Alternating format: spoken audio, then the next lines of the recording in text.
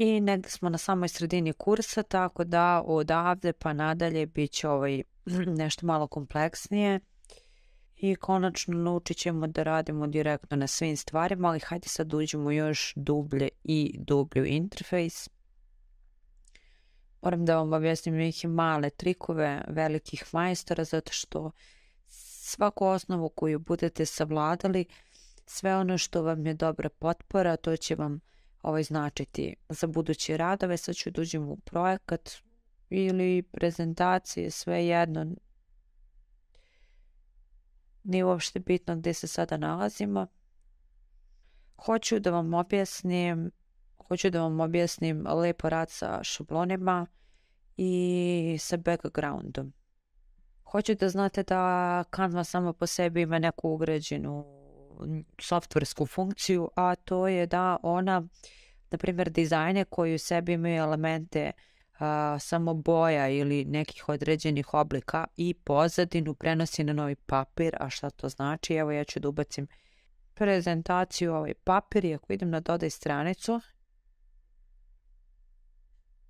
evo što se desilo. Dakle, ova stranica prva po defaultu sama po sebi ima tu ugrađenu boju za background. Tako da vi kada idete na dodaj stranicu prenosite tu boju na sljedeći papir. Ako želite da imate praznu ili ti tačnije bijelu pozadinu, samo jednom kliknite i idete na delete i obrisat ćete boju. Ako se recimo radi, evo probat ćemo ovu. Ako sada idem dodaj na ovu stranicu, stranica mi je bijela kao što vidite, zato što ovo nije pozadina, ovo je obična slika. I ona se ne prenosi na sljedeću stranicu kada dodajete novu. Sad nemoj da vas zbuni, ići ćemo na pozadinu. Ako vam se ne nalazi u toolbaru sa lijeve strane pozadina, onda vam se nalazi u aplikaciji.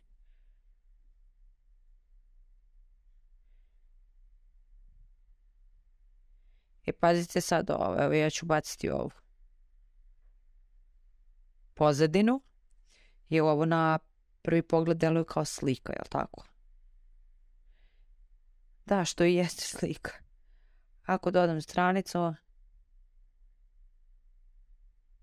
ne dešava se ništa, pokušavam da nađem nešto što će da se prenese, ali ni ovo neće da se prenese. Hajde da vidimo što se dešava sa ovim pozadinama gdje su prijelivi. Dodaj stranicu, evo ga, prenelo se.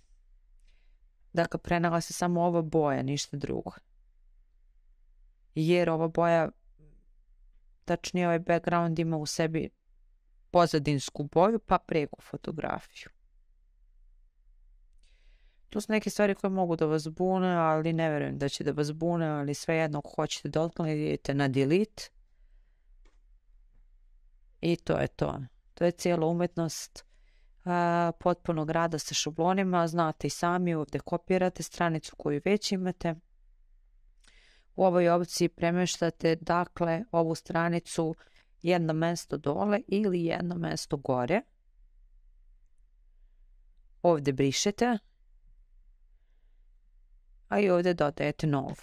Možete dodati dakle ovdje ili ona opcija ispod.